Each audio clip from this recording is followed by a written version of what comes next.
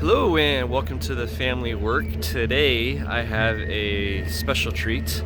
In case you're ever wondering how much your timber is worth, in particular your white oak, I hope to find that answer. I'm at a sawmill today. This is where we're bringing our higher grade white oak.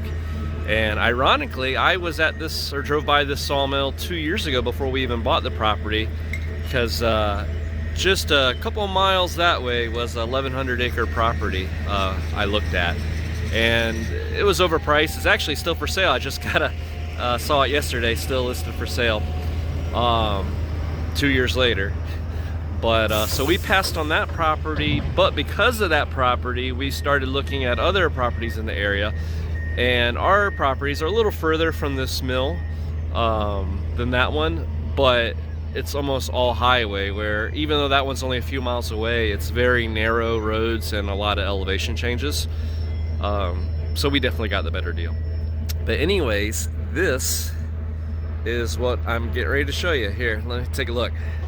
All right, so this is I guess it's technically a dual axle load full, and what I want to know, how many board feet that is, and more importantly, I would say, how much is it going to pay out? So we're going to unload that, and they're going to do some grading, and I will show you the process.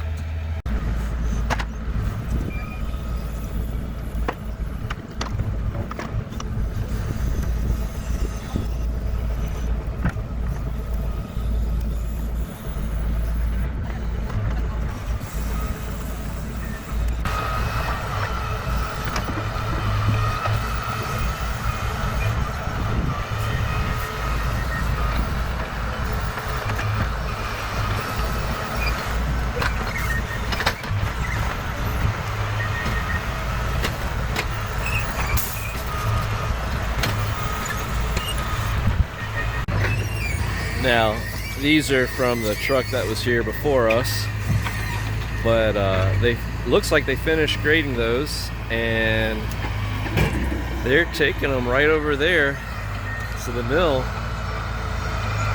and they're not wasting any time. They're putting them right up on there.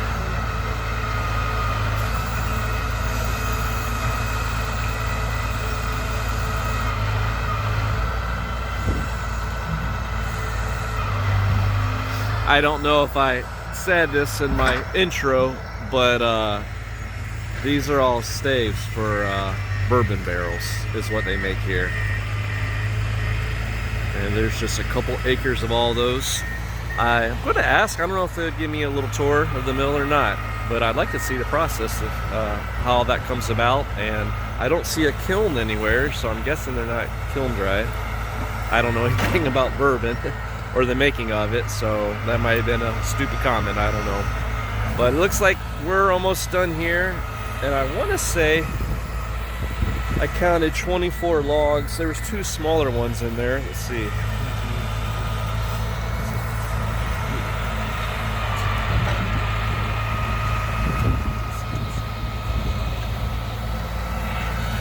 Yeah, I think about 24. I'll double check here when we measure. And I'm actually surprised. Some of these were a little smaller than what I expected. I don't know if that's from clearing out the roads access, and since they were on the ground, they decided to put them on the truck. But I don't believe we've intentionally harvested anything that small. We'll check that out when we head back to the property.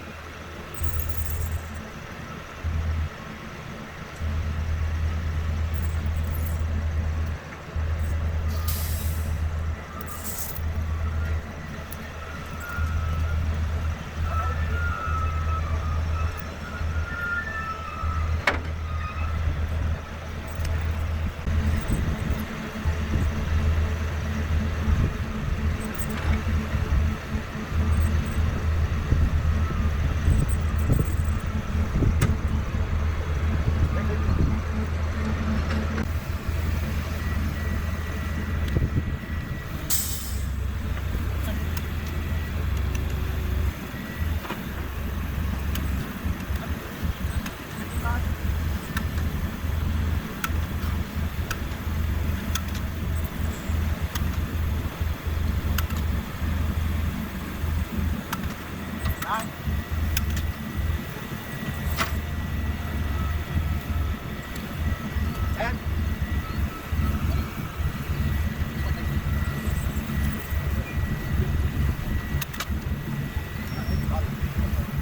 I like going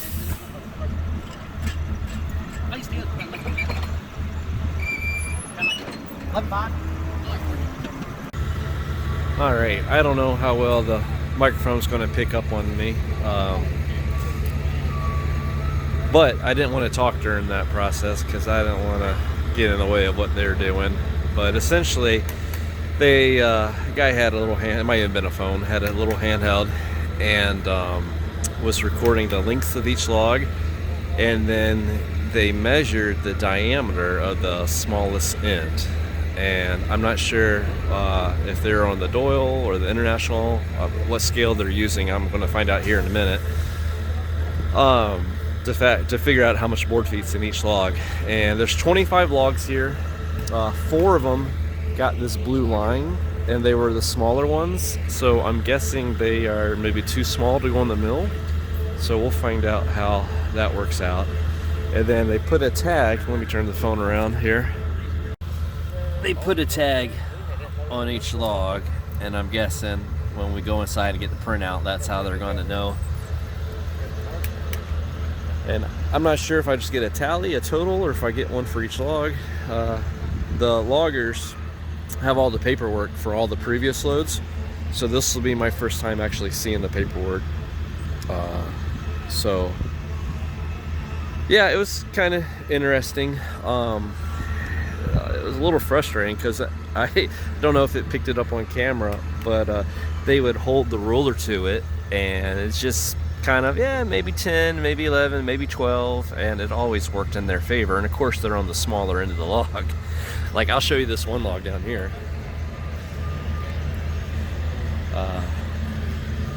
You can see it's only like 8 inches there, but it's tapered pretty well down here, where it's, 14 inches. So let me compare that to another log that's kind of consistent 8 inches. Yeah, like this one. This one isn't tapered as much. So they're getting more wood out of that when they measure the end is the same on the both ends.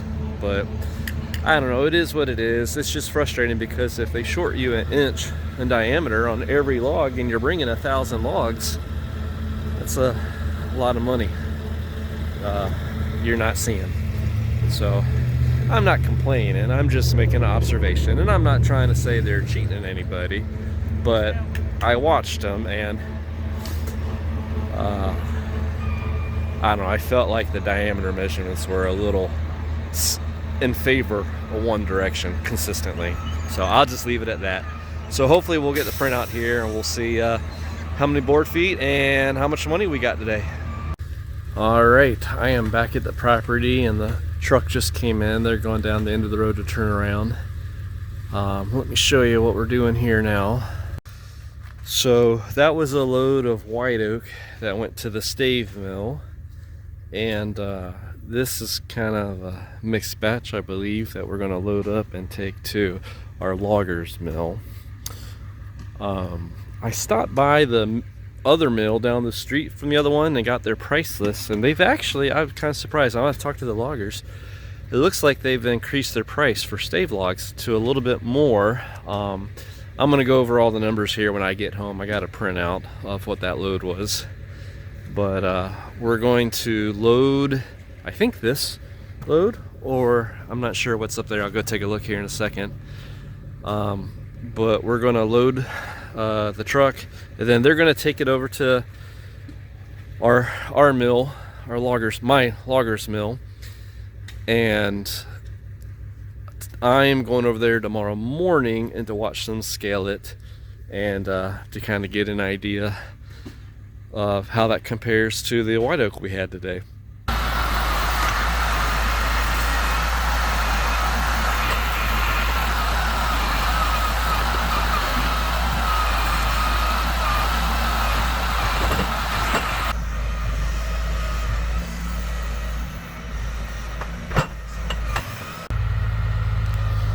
So we're up to 30 plus logs now, which, as you can tell, is definitely higher and more than we had at the stave mill.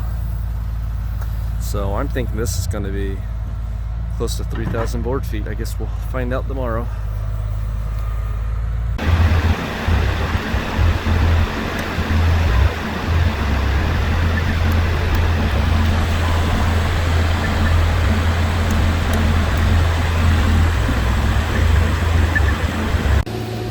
Alright, it's the next morning and I'm here at the sawmill for the loggers.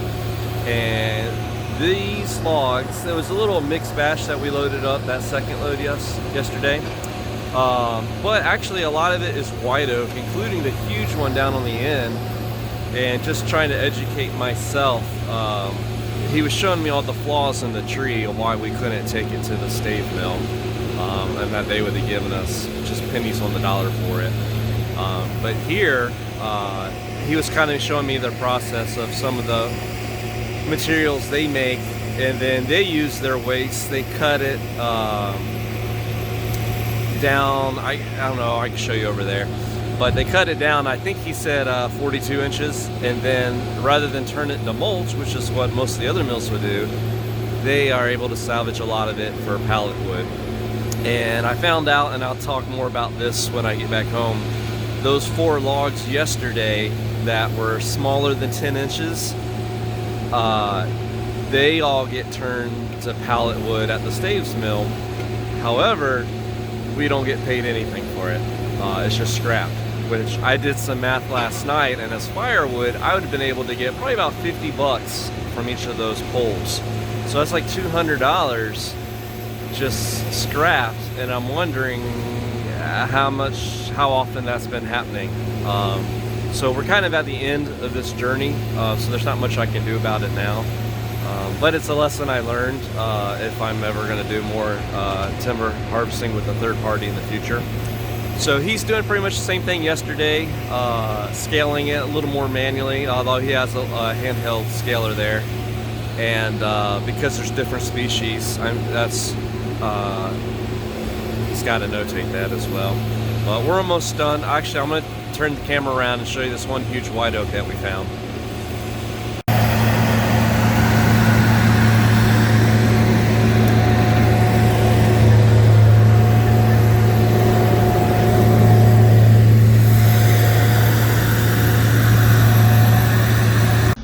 Okay, here is the printout from the first sawmill where we took all our white oak to.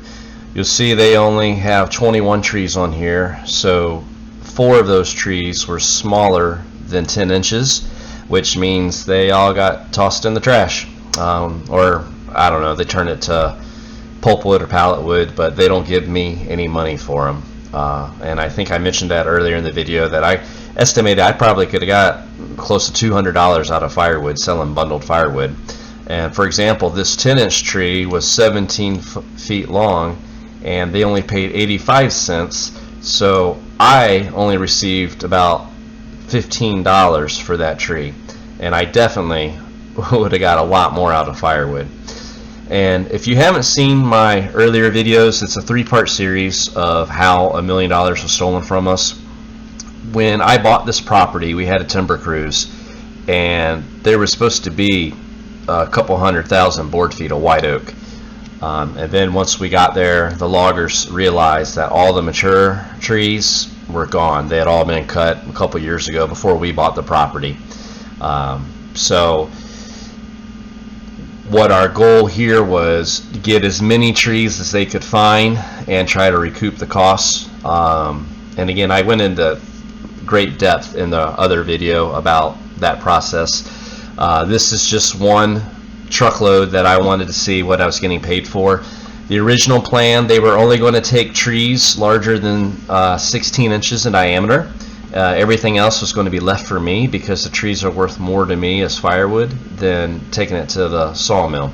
So the best tree on here, you'll see 16 is the largest one, 16.5 inches, 21 feet long, and it also brought the highest value, $2.45 a board foot. So that ended up being about a $500 tree. Now, if I would have had a truckload of 20 of those trees and it had been $10,000, $5,000 to me for each truckload, and they could crank out 2-3 truckloads a day, that's kind of what the original plan was for this logging. The trees just weren't there, so we had to get all these other trees that are 13 inches, and some of these are the tops to the bigger tree. They were able to get 2 logs out of it, but you see most of the trees are about 20 feet long, and on average they paid about $2. Again, I had to split that with a logger, so $1 to me, so that truckload was just under $4,000 or $2,000 to me. And we got, let me see, yep, right here, gross 2,000 board feet, net 1921. And again, in that video, all of these diameters, well, they're all for sure taken from the smaller side of the tree, and in my opinion, they were all rounded down. Like some of these 13.5 were probably 14 inches, some of the 12.5 were 13 inches, and so forth. So I mean, it would add up. If you added an extra, 10% everywhere, then you're going to get an extra $400. So I'm sure that's industry standard. It just sucks for both the loggers and also for me, the homeowner or landowner, excuse me. All right. Now the other load, this is stuff that would not go to the stave mill. This went to the logger sawmill, and you can see they were using it all for pallet. And not all of this was white oak.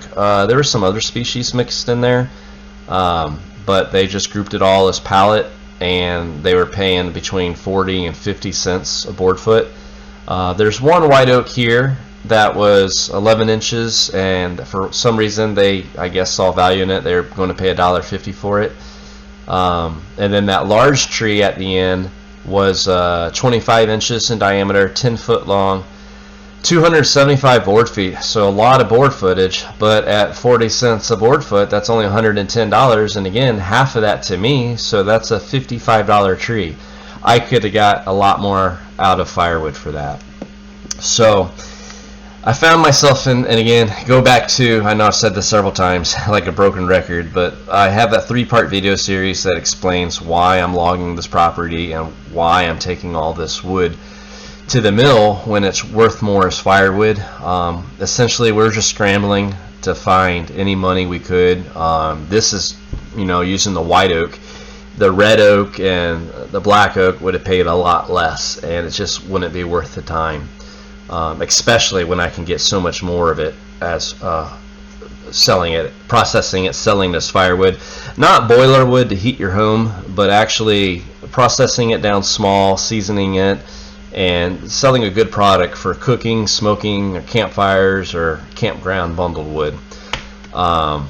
So I just wanted to give you an idea. If you do have timber to sell it to a mill, unless here in Kentucky, unless you have white oak that's, I'd say, larger than 16 inches, it's really not going to pay. I mean, if you have a high volume of it, sure. What we'll probably do now that I have gone through this process going forward, if I see a couple of those white oaks, we'll just take them down and take a trailer there ourselves, because it's fast money. You don't have to process it like firewood, and because of the size, if it's larger 16 inches, I would have to cut it down to rounds and spend more time processing it. But everything that's 10 to 12 inches, that will go great on our firewood processor. I can just, I believe, get a lot more value out of it as firewood, for sure. Even as I'm just looking right here, these 10-foot trees, I got $4 out of a 10-inch by 10-foot tree. And I mean, one round of that would probably give me, well, let me say 2 rounds of that would probably give me a bundle of firewood I could have sold for $6, maybe even $8 some places. So it's frustrating seeing these numbers, and they took truckload after truckload after truckload. So I'm kind of glad I wasn't there to witness all of this because I'd realized how little I was getting for the trees. But now I know, and I won't have to worry about it again next time. So thanks for watching, and I'll see you on the next one.